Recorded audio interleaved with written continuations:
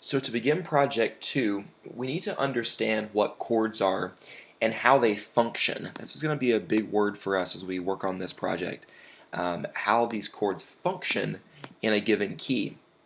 But first, let's just quickly define what we're talking about when I say a chord.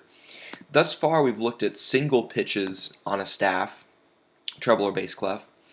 But a chord is a collection of 3 or more pitches. I'm going to give just a few examples here: a C major chord, an F major chord, a G major chord. Notice how all these chords stack what we call evenly. They're all in lines and don't skip any, right? Same here, right? Space, space, space, line, line, line. Now eventually we'll get into what we call inverted chords, where one of these pitches may move so that it's not evenly stacked. But chords all should, at least for our purposes, evenly stack in some way, even if you have to move around what's on the page originally. So that's an important concept, that it's a collection of 3 or more notes. We'll learn about seventh chords eventually as well, where you have 4 notes in a chord that are able to be stacked. But for our purposes right now, 3 notes that are able to be stacked and thus played at the same time versus just a single pitch, like we've talked about before. Now, so we know what a chord is. Now, when we're talking about the way chords work to create a cover song, which is what we're doing in Project 2, we have to understand how chords function. What role do they play in a given key? So, function, which we're going to talk about a little more later, requires understanding of key. And key requires an understanding of major and minor scales. Now, yes, you can memorize, like many of you probably have, how many sharps or flats C major has, how many sharps or flats G major has, F major has, and that's good and well. But once again, when we think about function and we're really thinking about how keys work, we really need to understand what a major scale and a minor scale is, how to create those, and how to manipulate those to work with chords. And so today in this video we're going to learn about creating a major scale based on the common pattern of half and whole steps.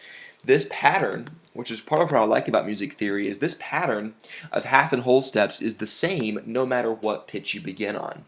So let's start and break that down a little bit. Let's first talk about what a half step versus a whole step is as we look at a piano and look at the grand staff.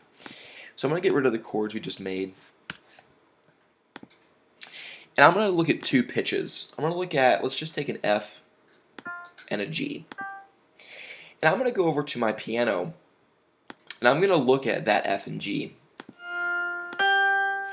And I'm going to notice that there's actually one note in between that F and G. To be technical, we will say F natural, there's no sharp or flat on this, and G natural, no sharp or flat on this. So from F to G, there's a little black note in between. So F sharp or G flat is in between that F and G. So we call this a whole step. Now, if I were to say F to F sharp, or even F to G flat, we have a difference. F to F sharp is just one note. It's one note above. F to G flat, right, it's the same pitch, just different names, right, is also just one note in between. So that's what we call a half step. So any note that only has one note in between it, right, is a half step. So E to F is also a half step, even though there is 2 white keys here instead of white to black or black to white.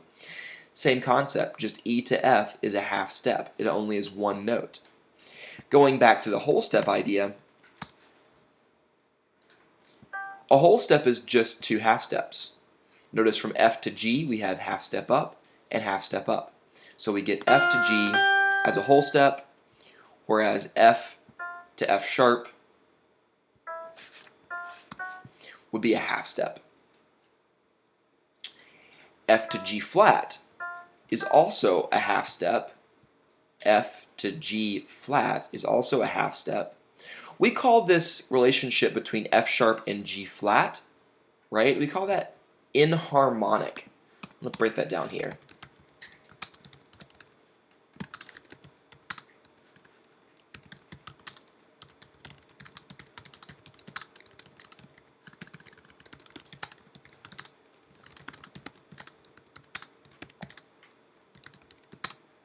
So enharmonic pitches have the same sound but different pitch names. Notice when I come over to Finale and play this F sharp, it sounds the same as the G flat. Right? Same on the piano here. If I go and I play my F sharp, so here's an F going up to F sharp, and G comes down to G flat, right? Same pitch, same sound. So enharmonic pitches have the same sound but different pitch names. And we have to remember that every pitch in the piano has two names. So if we come here, we can take any random pitch. Let's say it's D, right? This D, right, is a D natural, but it's also a C double sharp.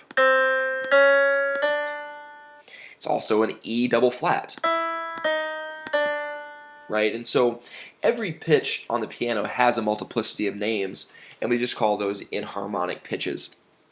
Now it's important to remember here, we've gone over this before, but important to remember that when I say sharp, which is the pound sign, right?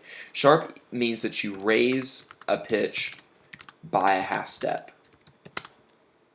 And it's the raise that's important. You raise the pitch by the half step.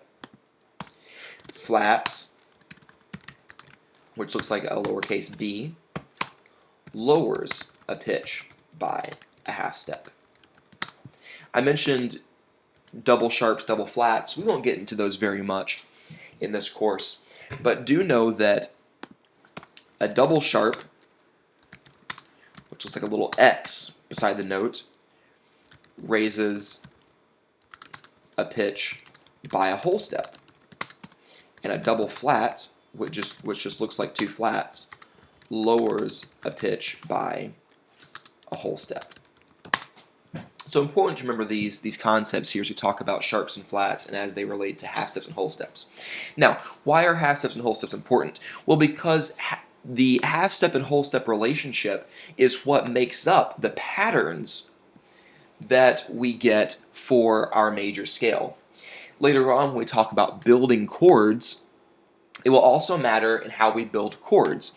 Once again, based on patterns. So the pattern we're going to use today to learn a major scale is built up of a half steps and whole steps. Okay. So what I'm going to do is teach you a 4-step method to notate a major scale on any pitch.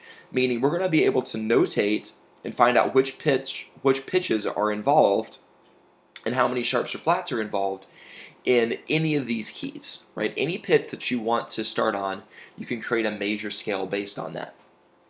So let's look at the 4-step process here. So let's say your prompt, the question that you are given, is notate a C major scale. So what this means is I want you to create a major scale starting on pitch C. So here's our 4-step process. Number 1, we have to notate the starting pitch. So I'm going to get rid of what we just did in Finale and notate a middle C. Remember, we call that C4. So I did number 1. Now, number 2, notate a total of 8 pitches. Now I'm going to actually expand that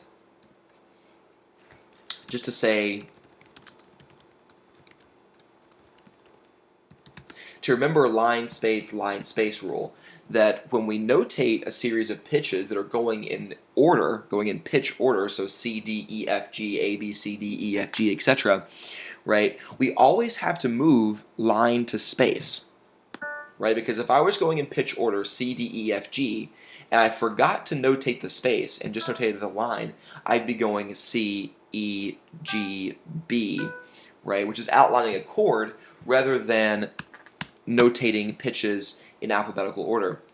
So we need to always make sure that we have line space going on so that we actually have C, D, E, F, G, right? So notate a total of 8 pitches. Another way to think about this would be to notate until the next starting pitch, right? We can also call this starting pitch tonic, do, right?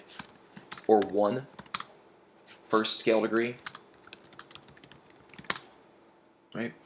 So notate until the next starting pitch, which I'm just going to call tonic, until the next tonic note. So I'm going to notate from C all the way to the next C. And at the end of that, I should have 8 pitches, like my thing says. So C, D, E, F, G, A, B, and there's my next tonic pitch, my next C. Meaning that I've gone from C4 here to C5. Notice that I have 8 pitches.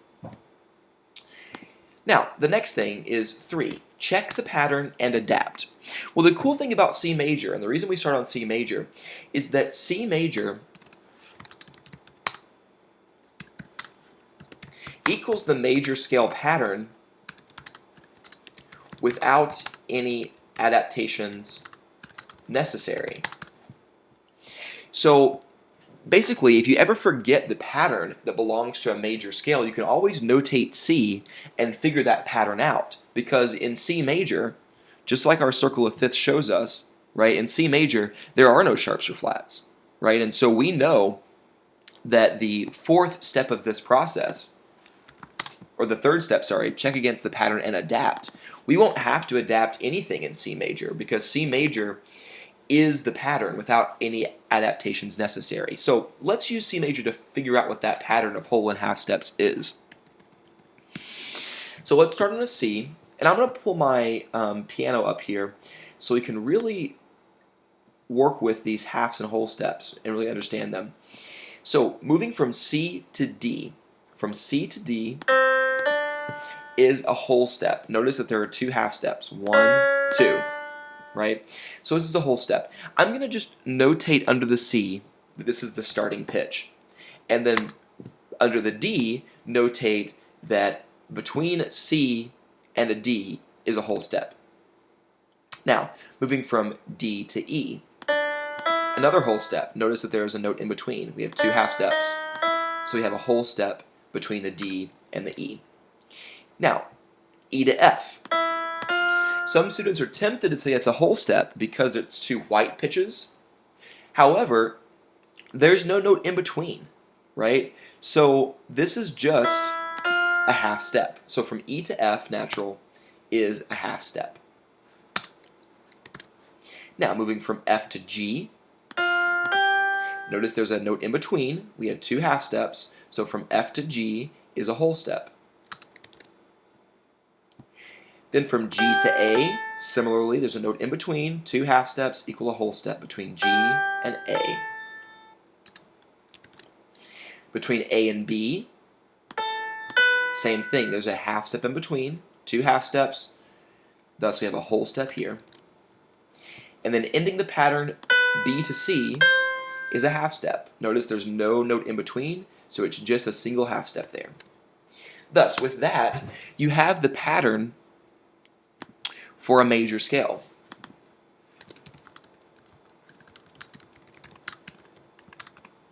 You have a starting pitch, and then you move up a whole step, half, whole, half. So the major scale pattern is whole, half, whole, half.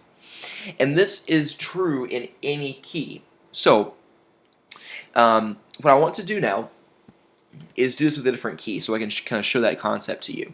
So let's say C major, that's easy. Now let's look at what if the prompt said notate a G major scale instead. Notate a G major scale. I'm going to follow the same 4 steps here. Step 1, notate the starting pitch. Let's do this one in the bass clef just to have a little variety. So I'm going to notate a G in the bass clef, starting pitch, tonic, do, first scale degree. And then I'm going to notate a total of 8 pitches until I get to the next tonic, right? So I could say this as notate until the next, chronologically notate the pitches until the next tonic. Or I could just count 8 pitches. So we have 1, 2, 3, 4, 5, 6, 7, 8. Now, if you just heard this pitch and it sounds out of place, if your ears already hear what a major scale is, you notice that what we just notated didn't sound quite right.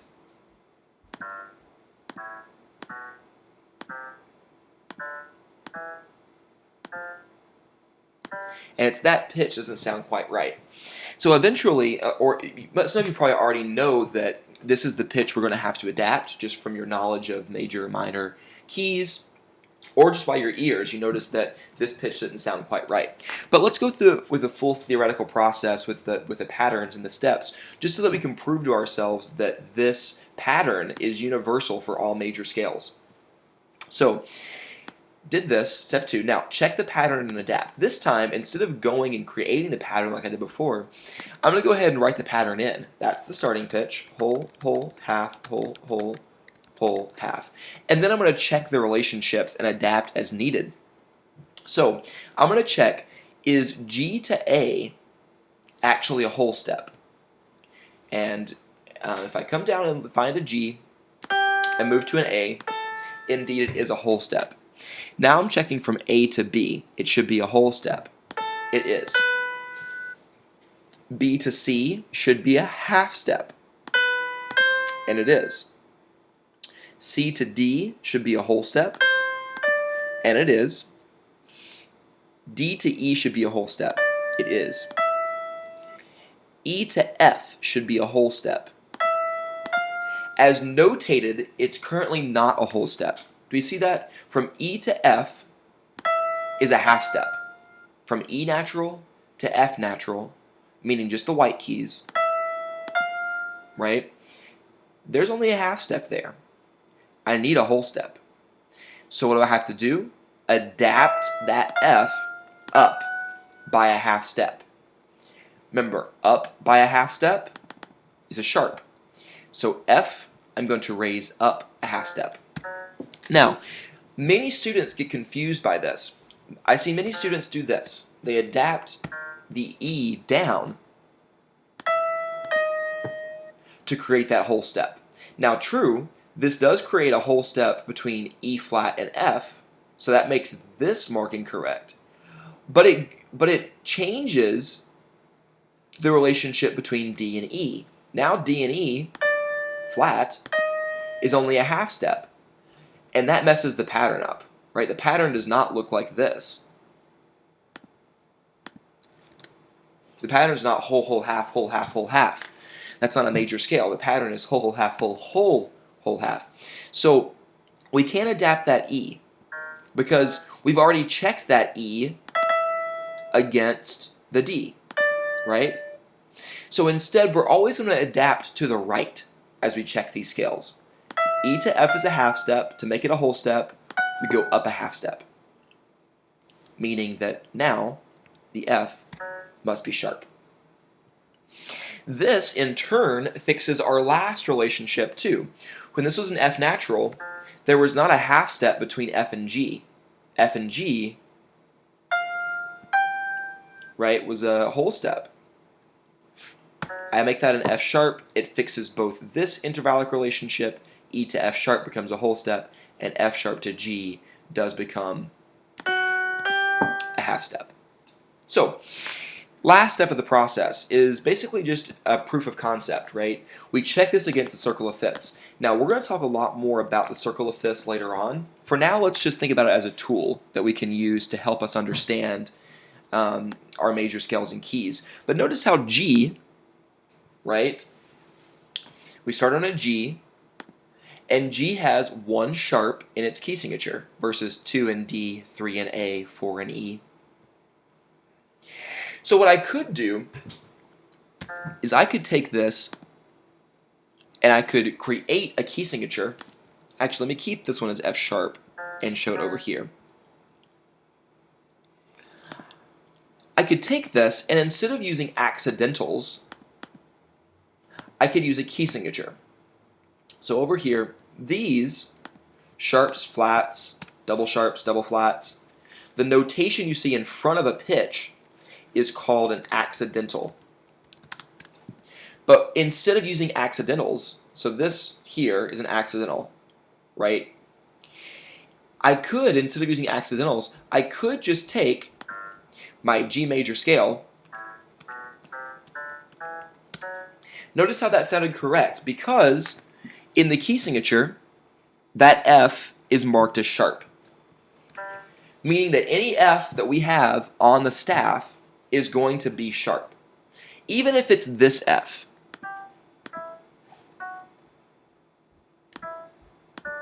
Notice how this F, there's no sharp in the key signature right here, right, for this particular F. It's up here. It's just a convention that we have for key signatures. Even though the F sharp is technically up here, all Fs in this key are going to be sharp, including that one. Okay, so just know that that's how you can also notate scales, is notate the scale and use a key signature instead. But for our purposes, I'm going to ask you to use accidentals, because that shows that you know how to adapt the pitches to make them actually fit into a major scale.